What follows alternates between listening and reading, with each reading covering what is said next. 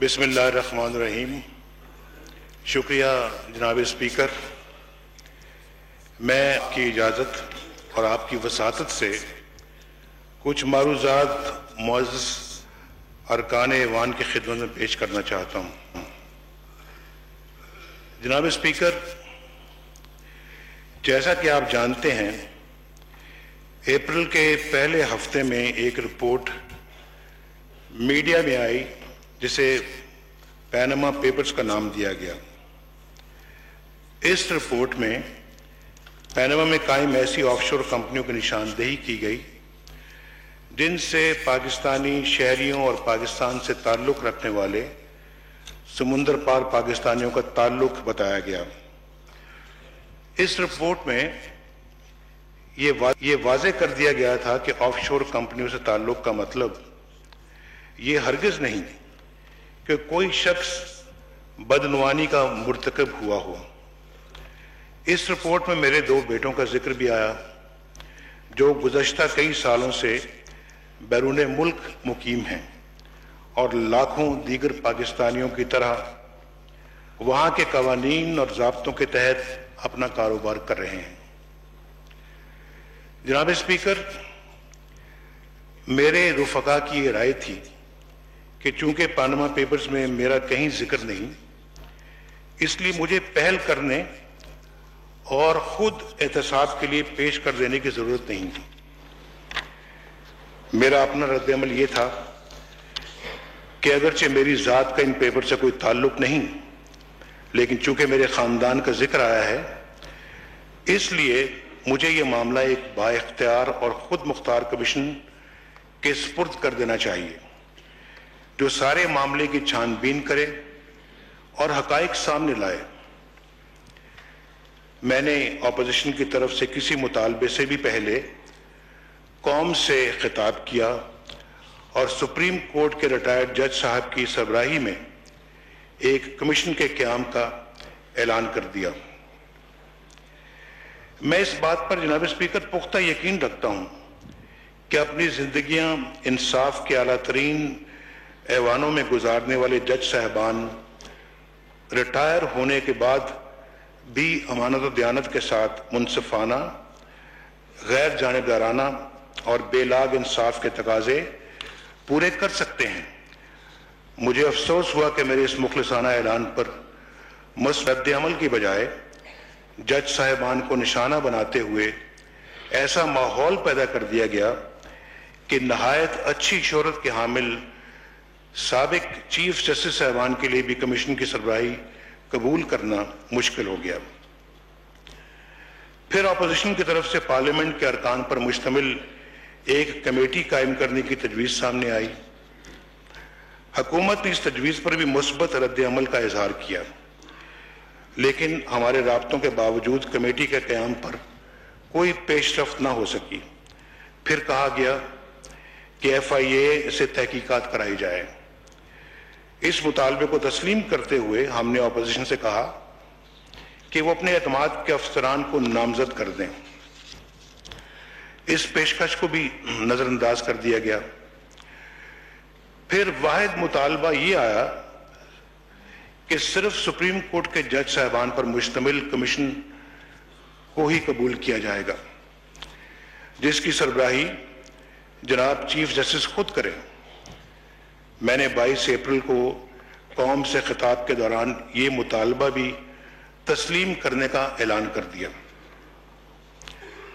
جناب اسپیکر، مجھے یقین تھا کہ اپنا واحد مطالبہ تسلیم کر لیے جانے کے بعد اپوزیشن مطمئن ہو جائے گی اور تحقیقات کا انتظار کرے گی، لیکن ہوا یہ کہ اس کے ساتھ ہی TORs کو بھی متنازع بنا دیا گیا۔ ہماری 3 جامع TORs کے جواب میں 15 TORs پیش کر دی گئیں۔ میڈیا ان کا جائزہ لے چکا ہے اور آئینی اور قانونی ماہرین اپنی رائے دے چکے ہیں۔ اس میں شاید ہی کسی سنجیدہ پاکستانی کو کوئی شک ہو کہ اپوزیشن کی TORs کسی بدعنوانی اور کرپشن کی بجائے صرف اور صرف ایک ہی فرد کے گرد گھومتی ہیں، اور وہ فرد میں ہوں۔ اور اس کی مزید تشریح کرتے ہوئے کہا گیا کہ اس کے معنی وزیر اعظم ہوں گے، اور پھر یہ بھی کہہ دیا گیا ہے کہ جہاں جہاں وزیر اعظم کا لفظ آئے گا اس کے معنی صرف نواز شریف لیے جائیں گے۔ ان ٹی او آرز کا سب سے دلچسپ پہلو یہ ہے کہ جس شخص کا ہزاروں لاکھوں صفحات پر مشتمل پاناما پیپرز میں ذکر تک نہیں، اس پر کمیشن کے قیام اور تحقیقات کے آغاز سے پہلے ہی باضابطہ فرد جرم عائد کر دی گئی ہے۔ جناب اسپیکر، میں اس ایوان کو یقین دلاتا ہوں کہ حکومت معاملے کی بلا تاخیر فوری اور جامع تحقیقات چاہتی ہے، کشمکش کا یرغمال ہو جائے اور ایک بار پھر ہم دنیا کے سامنے تماشا بن جائیں۔ ایسے معاملات ضروری تاخیر ہرگز ملک و قوم کے مفاد میں نہیں ہوتی۔ ہم اپنی توجہ ملک کی تعمیر و ترقی پر مرکوز رکھنے کے لیے نیک نیتی کے ساتھ معاملے کی بے لاگ چھان بین چاہتے ہیں۔ میرے وزراء مسلسل کہتے رہے اور میں بھی کھلے دل کے ساتھ کہہ رہا ہوں کہ ہم کسی مسئلے کو، کسی بات کو انا کا مسئلہ نہیں بنانا چاہتے۔ ہم صرف پاکستان کی انا کا پرچم بلند رکھنا چاہتے ہیں۔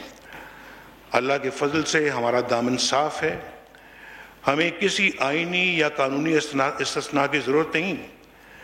ہم ماضی میں کئی بار نہایت کڑے، یک طرفہ اور انتقامی احتساب سے گزرے ہیں اور آج بھی کسی بھی احتسابی عمل کا سامنا کرنے کے لیے تیار ہیں۔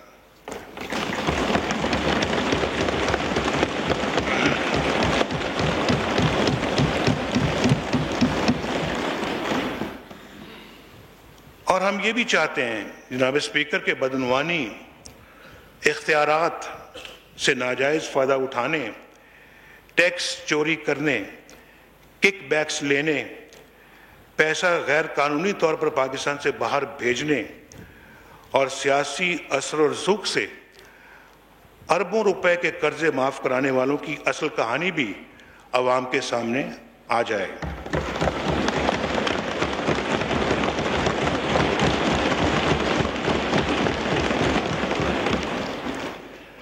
اگر ایک میڈیا رپورٹ کو کسی تحقیق کے بغیر محض سیاسی عداوت، شک اور بدگمانی کی بنیاد پر بدعنوانی اور جرم قرار دے دیا گیا ہے تو ان دستاویز مستند ریکارڈ کو کیوں نہ دیکھا جائے جن میں ٹھوس ثبوتوں کے انبار لگے ہیں۔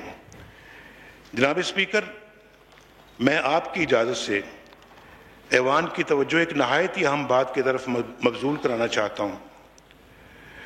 میری گزارش ہے کہ یہ ایوان احتساب کے ایک جامع، مؤثر اور بے لاگ نظام پر غور کرے۔ ایسے نظام احتساب کی تشکیل اس مساق جمہوریت کی ایک اہم شق ہے جس پر آج سے کوئی 10 سال قبل میں نے اور محترمہ بینظیر بھٹو صاحبہ نے دستخط کیے تھے اور جس کی توثیق دیگر تمام قومی جماعتوں نے بھی کی تھی۔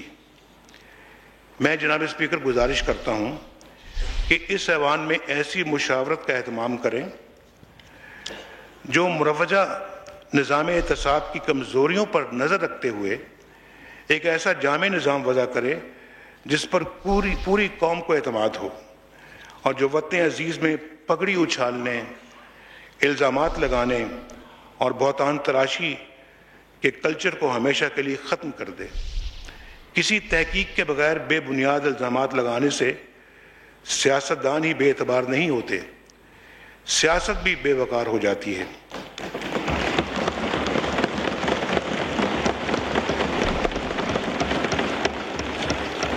اور پھر سیاست بے وقار ہو جائے تو جمہوریت بھی بے توقیر ہو جاتی ہے۔ جناب اسپیکر، ایک مطالبہ یہ بھی سامنے آیا کہ میں پارلیمنٹ میں آ کر حقائق پیش کر دوں تو معاملہ ختم ہو جائے گا، لیکن جناب اسپیکر، یہ معاملہ اب یوں ختم نہیں ہو سکتا۔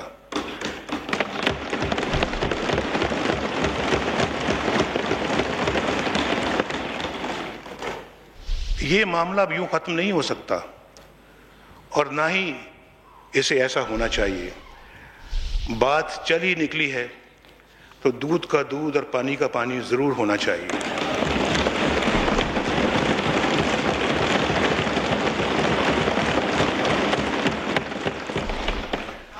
قوم کو اصل حقائق کا پتہ چلنا چاہیے۔ Please control your self. جناب اسپیکر، میرے دل میں پارلیمنٹ کی بہت عزت ہے۔ یہ ایوان 20 کروڑ اہل وطن کی نمائندگی کرتا ہے۔ اتنے سالوں میں بھی یہ ایوان آئین کی بالادستی، قانون کی حکمرانی اور جمہوریت کے استحکام کی تابندہ علامت ہے۔ تقریباً 2 سال قبل شرح دستور پر دیے گئے دھرنوں کے دوران اس ایوان کا کردار ہماری جمہوری تاریخ کا سنہری باب ہے۔ اس ایوان کا نمائندہ ہونا میرے لیے بھی اعزاز کا باعث ہے۔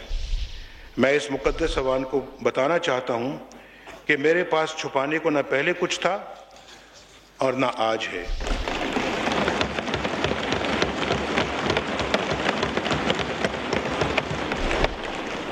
سب کچھ کھلی کتاب کی طرح ہے۔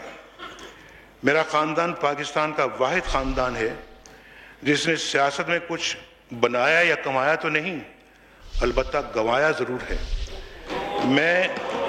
میں کاروبار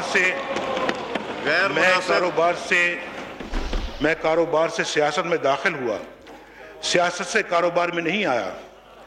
جناب اسپیکر، میں ایسی باتوں سے گریز کرنا چاہتا ہوں، لیکن دوسروں پر کیچڑ اچھالنے والوں کو بتانا چاہتا ہوں کہ میں نے بطور وزیر اعلیٰ پنجاب اور بطور وزیر اعظم پاکستان عوامی فلاح و بہبود کے کام کرنے والے بہت سے رفائی اداروں اور ٹرسٹ کو مفت سرکاری زمینیں دی ہوں گی۔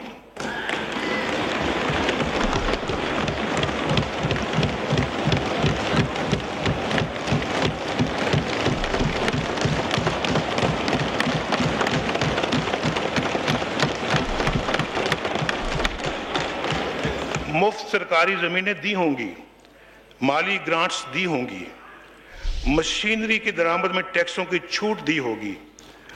ہمارے خاندان کے زیر انتظام چلنے والے اتفاق ہاسپٹل یا شریف میڈیکل کمپلیکس بھی بڑے رفاہی ادارے ہیں، لیکن جناب اسپیکر، ان اداروں کے لیے 1 انچ سرکاری زمین دی گئی، نہ کوئی مالی گرانٹس۔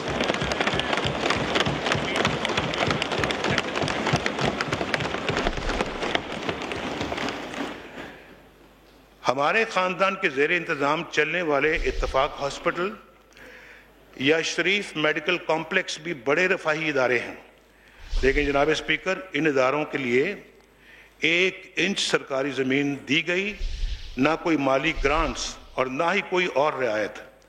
کیا کرپشن کرنے اور سرکاری وسائل سے تجوریاں بھرنے والوں کا طرز عمل ایسا ہی ہوتا ہے؟ جناب اسپیکر، اللہ کے فضل و کرم سے ہمارے کاروبار کی کہانی محنت، مشقت، عزم و ہمت اور رزق حلال کے لیے جد و جہد کی کہانی ہے۔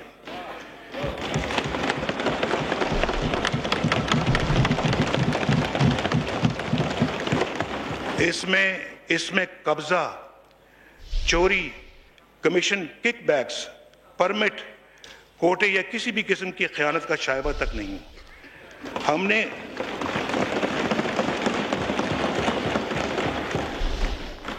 نے کسی بھی کاروبار کے لیے حاصل کیے گئے قرضے کی پائی ادا کی ہے۔ پاکستان اور پائی ادا کی ہے۔ ہمارے کاروبار کا آغاز قیام پاکستان سے کوئی 11 سال اور آج سے تقریباً 80 برس قبل اتفاق فاؤنڈری سے ہوا۔ ہمارے کاروبار کا سب سے قیمتی اثاثہ میرے والد محترم کا اللہ تعالیٰ پر پختہ ایمان، محنت، دیانت اور امانت تھا۔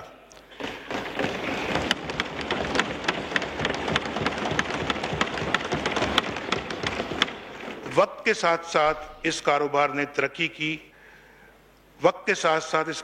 ترقی کی منزلیں طے کی۔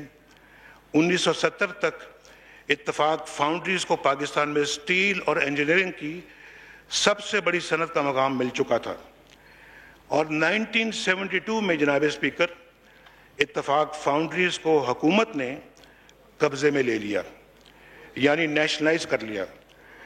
تو ہمیں مشینری زمین یا دیگر اثاثوں کے معاوضے کے طور پر ایک پیسہ بھی ادا نہیں کیا گیا۔ نیشنلائزیشن سے قبل اتفاق فاؤنڈریز کا منافع ہزاروں یا لاکھوں میں نہیں حضور کروڑوں روپے میں تھا۔ نیشنلائزیشن کے وقت اتفاق فاؤنڈریز کا سالانہ ٹرن اوور 4.5 کروڑ روپے تھا۔ یہ میں 1971 کی بات کر رہا ہوں جناب۔ اس کے پاس 1.80 کروڑ روپے کے سٹاکس موجود تھے اور فیکٹری کی زمین 700 کنال کے وسیع رقبے پر پھیلی ہوئی تھی۔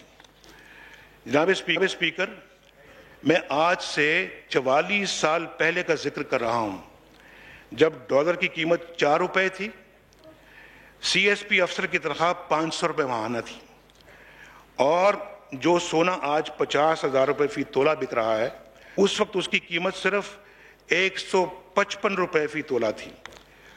یہ سارے حقائق اس دور سے تعلق رکھتے ہیں جب میرا یا میرے خاندان کے کسی فرد کا سیاست سے دور دور کا کوئی واسطہ نہ تھا۔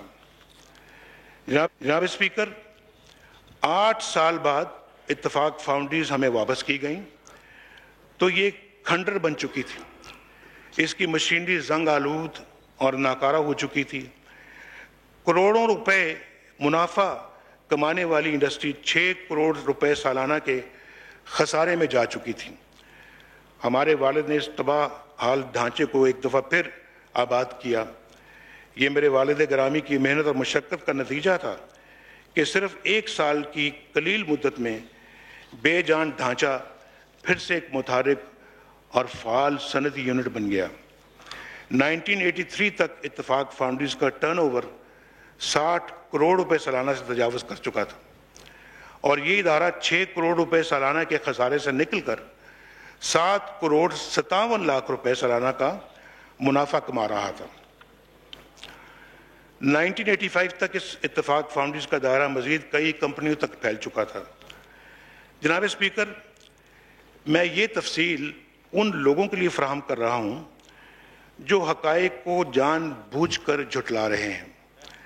میں اس ایوان کو اور پوری قوم کو بتانا چاہتا ہوں کہ سیاست کے میدان میں قدم رکھنے سے پہلے میری اور میرے خاندان کی الحمدللہ مالی حالت کیا تھی۔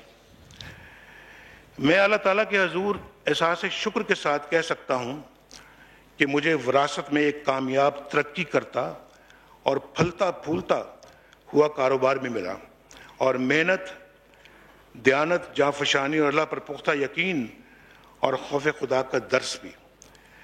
میں نے پوری دیانتداری کے ساتھ اپنے خاندانی کاروبار اور مالی حیثیت کی تفصیل بیان کر دی ہے، لیکن آج عالی شان گاڑیوں میں گھومنے، بڑے بڑے قطع ہے زمین پہ پھیلے محلات میں رہنے، ہیلی کاپٹروں جہازوں میں اڑنے اور دنیا بھر کی سیر و سیاحت کرنے والے بھی مناسب سمجھے تو اس عوام اور قوم کو آگاہ کریں۔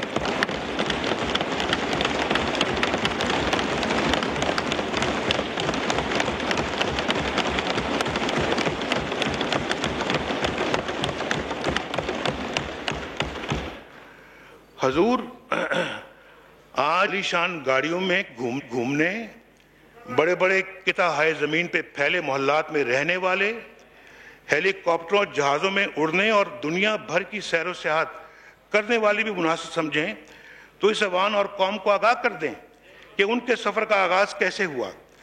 70 اور 80 کی دہائی میں وہ کہاں کھڑے تھے، اور آج ان کی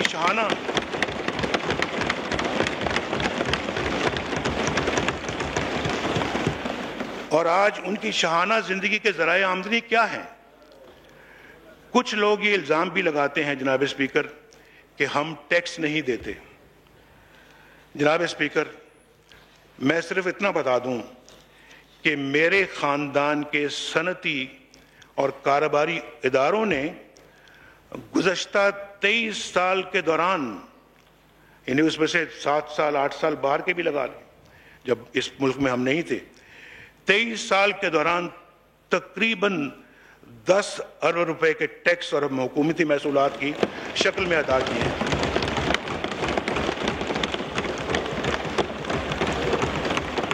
جناب اسپیکر، جناب اسپیکر، اس کی پوری تفصیل ایف بی آر کے ریکارڈ میں شامل ہے. میں یہ تفصیل آپ کی خدمت میں پیش کر رہا ہوں. میں آپ کی ان کو دے دیں اسپیکر صاحب کو.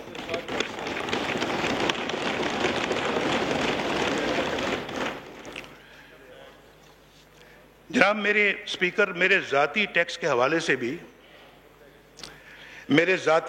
بھی بے بنیاد کہانیاں تراشی گئیں. میں گزشتہ 23 برس کے دوران 8 برس جبری جلا وطنی میں تھا. باقی کے 15 برس میں ذاتی طور پر، جناب اسپیکر، ذاتی طور پر 3 کروڑ 60 لاکھ روپے ٹیکس ادا کر چکا ہوں. یہ تفصیل بھی میں آپ کی خدمت میں پیش کر رہا ہوں. یہ اسپیکر صاحب کو یہ بھی دے دیں. یہ ایف بی آر کے ریکارڈ میں موجود ہے. اسپیکر صاحب دیں گے. یہ ریکارڈ کا حصہ جناب اسپیکر، بولنے کی ضرورت نہیں. تھوڑا پانی منگوا دیں. جناب اسپیکر، میں اب آتا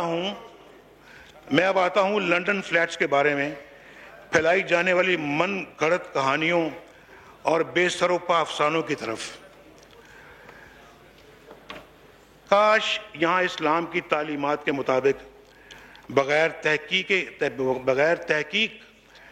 الزام لگانے کا کلچر عام نہ ہوا ہوتا. جناب اسپیکر، 1972 میں جب اتفاق فاؤنڈریز کو ایک پیسہ معاوضہ دیے بغیر، تھینک یو، شکریہ.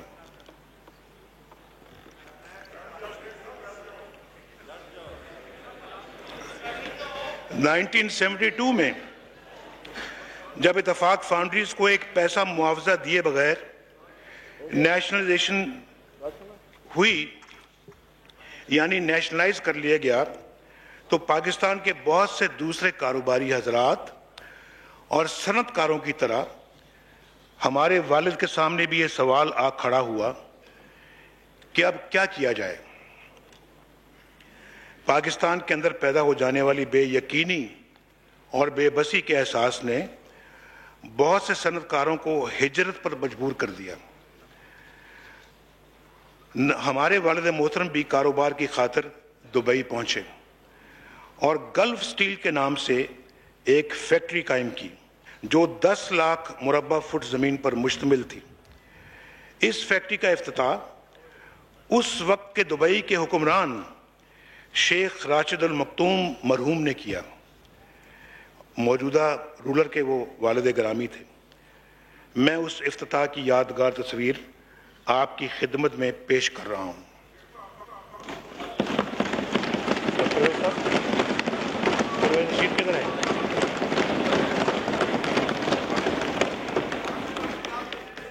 جناب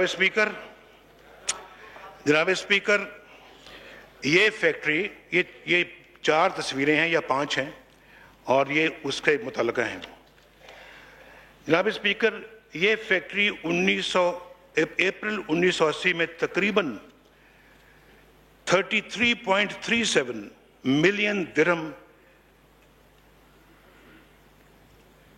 میں فروخت ہوئی.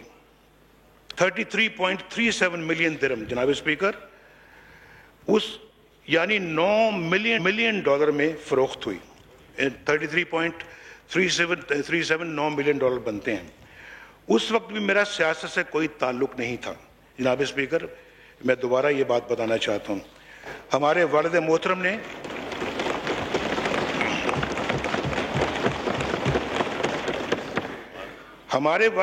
نے عدم تحفظ کے جس احساس کے تحت دبئی میں سرمایہ کاری کی تھی، وہ 1999 میں درست ثابت ہوا جب ہمارے خاندان کا کاروبار ایک بار پھر مفلوج کر دیا گیا.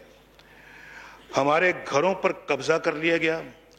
اولڈ ایج ہوم میرے گھر کو بنا دیا گیا اور ہمیں ملک بدر کر دیا گیا.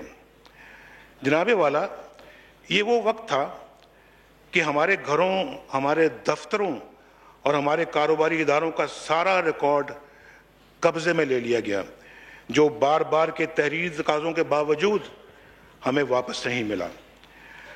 اس سارے ریکارڈ کا کئی جگہ بڑی باریک بینی سے جائزہ لیا گیا اس دور میں، اور ہمارے بینکوں کے کھاتوں کو کھنگالا گیا۔ ملک سے باہر بھی ٹیمیں بھیجی گئی جناب اسپیکر، اور اس دوران ہم جیلوں میں بند تھے اور کرپشن، منی لانڈرنگ، ناجائز اثاثہ جات بنانے اور ریاستی وسائل کے ناجائز استعمال جیسے الزامات کی یلغار میں تھے۔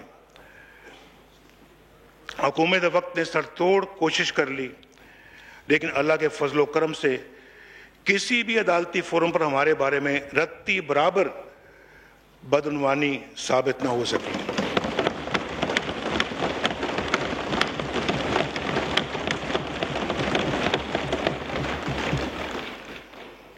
ہم ایک ایسے ظالمانہ اور یک طرفہ احتساب میں بھی سرخرو نکلے جس سے شاید ہی کوئی دوسرا خاندان گزرا ہو، جب حکومت کی سر توڑ کوششوں کے باوجود کرپشن تو کیا کوئی مالی بے ضابطگی بھی نہ مل سکی جناب اسپیکر، تو ہمیں سزا دینے کے لیے طیارہ اغوا کے مذاکرہ خیز ڈرامے کا سہارا لیا گیا۔ جناب اسپیکر، تب ہمارے والد محترم حیات تھے، انہوں نے جلا وطنی میں ایک بار پھر کمر باندھی اور جدہ میں ایک سٹیل مل لگائی۔ اس کی بنیادی سرمایہ کاری کے لیے دبئی فیکٹری کی فروخت سے حاصل ہونے والے سرمایہ نے بھی مدد کی۔ جدہ کی یہ فیکٹری جون 2005 میں اپنی مشینری، وسیع قطع اراضی اور دیگر اثاثوں سمیت تقریباً 64 ملین ریال یعنی 17 ملین ڈالرز میں فروخت ہوئی۔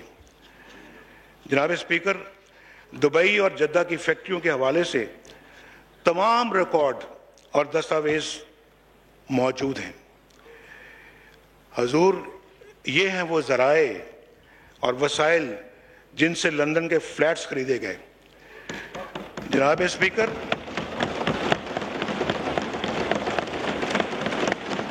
اسپیکر، میں بلا خوف تردید حتمی طور پر واضح اور دو ٹوک الفاظ میں کہہ سکتا ہوں کہ جدہ سٹیل مل ہو یا لندن کے فلیٹس یا اور کوئی ادائیگی، پاکستان سے ان کے لیے 1 روپیہ بھی باہر نہیں گیا۔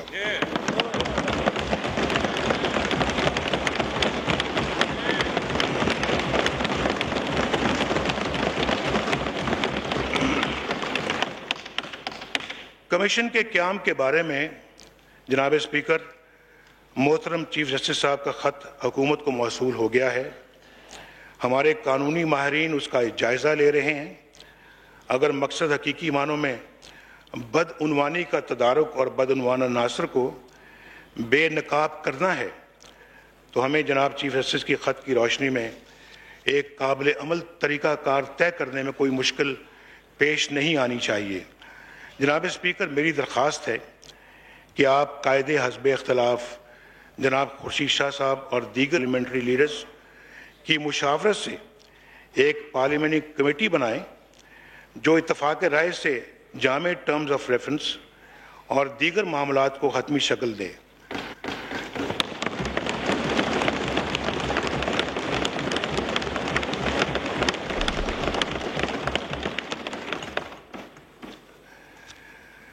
تاکہ بدعنوانیوں کا ارتکاب کرنے والوں کا تعین اور محاسبہ کیا جا سکے۔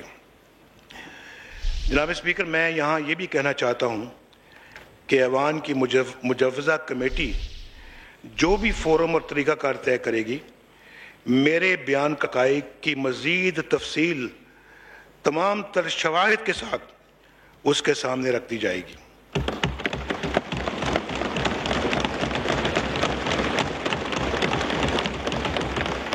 تمام تر شواہد کی تفصیل اس کے سامنے رکھ دی جائے گی تاکہ الزام اور بہتان کا سلسلہ ختم ہو اور یہ تاثر نہ دیا جا سکے کہ کچھ تو گناہوں میں لت پت ہیں اور کچھ ایسے بھی ہیں جن کے لباس سے فرشتوں کی خوشبو آتی ہے۔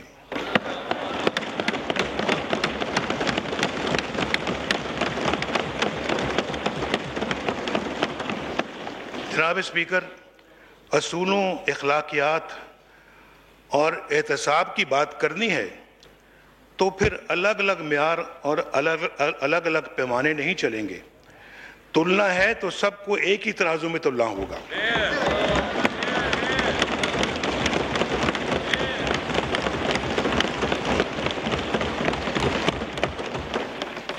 جناب اسپیکر، 70 برس قوم کے مقدر کو ایسے ہی تماشوں کی بھینٹ چڑھایا جاتا رہا ہے. خدا کر کے ہم سنبھلے ہیں. ہم نے واضح منزلوں کے لیے واضح راستوں کا تعین کر لیا ہے. بڑی مشکل سے نوجوانوں کی مایوس آنکھوں میں امید کے چراغ روشن ہو رہے ہیں.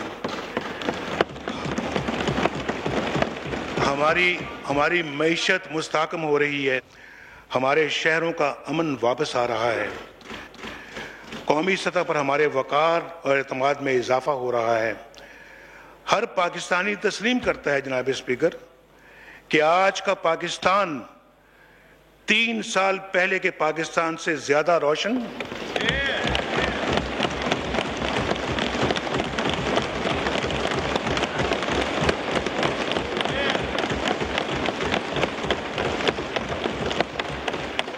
آج کا پاکستان 3 سال پہلے کے پاکستان سے زیادہ روشن، زیادہ توانا اور زیادہ مستحکم ہے. اور جناب اسپیکر میرا دل گواہی دے رہا ہے کہ اللہ کے فضل و کرم سے 2018 کا پاکستان آج کے پاکستان سے بھی کہیں زیادہ روشن، کہیں زیادہ توانا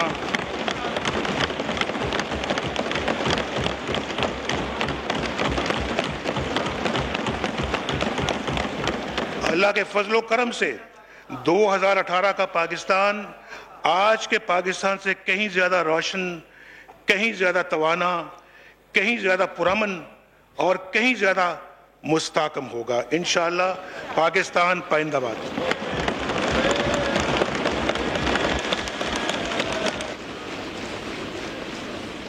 وزیر اعظم نواز شریف قومی اسمبلی سے خطاب کر رہے تھے. وہ کہہ رہے تھے کہ اپریل کے پہلے ہفتے پاناما پیپرز میڈیا میں آئے. پاناما پیپرز میں آف شور کمپنیوں کا ذکر آیا. میرے 2 بیٹوں کا ذکر بھی آیا. پاناما پیپرز میں میرا نام نہیں. رفقا نے مشورہ دیا کہ آپ کو پہل کرنی چاہیے.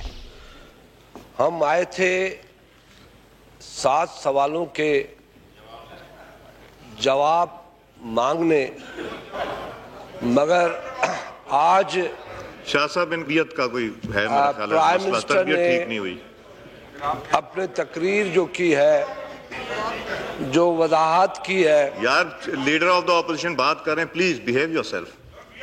نہیں پلیز بیہیو یور سیلف. نہیں behave yourself. Behave yourself. Behave yourself. No behave your self.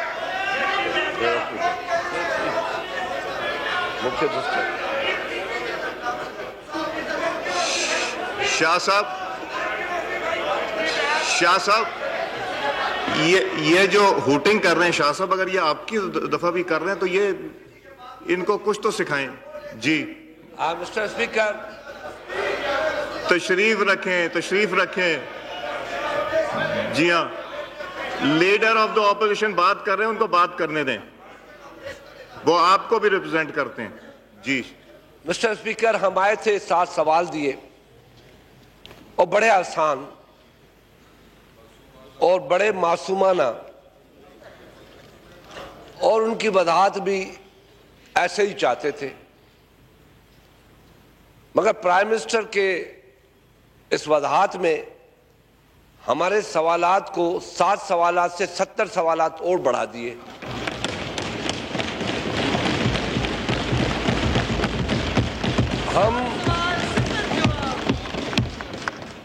ہم تو یہ سمجھتے تھے کہ 7 سوالات کے اندر ہی مسئلہ حل ہو جائے گا. پرائم منسٹر بڑی آسانی کے ساتھ جواب دیں گے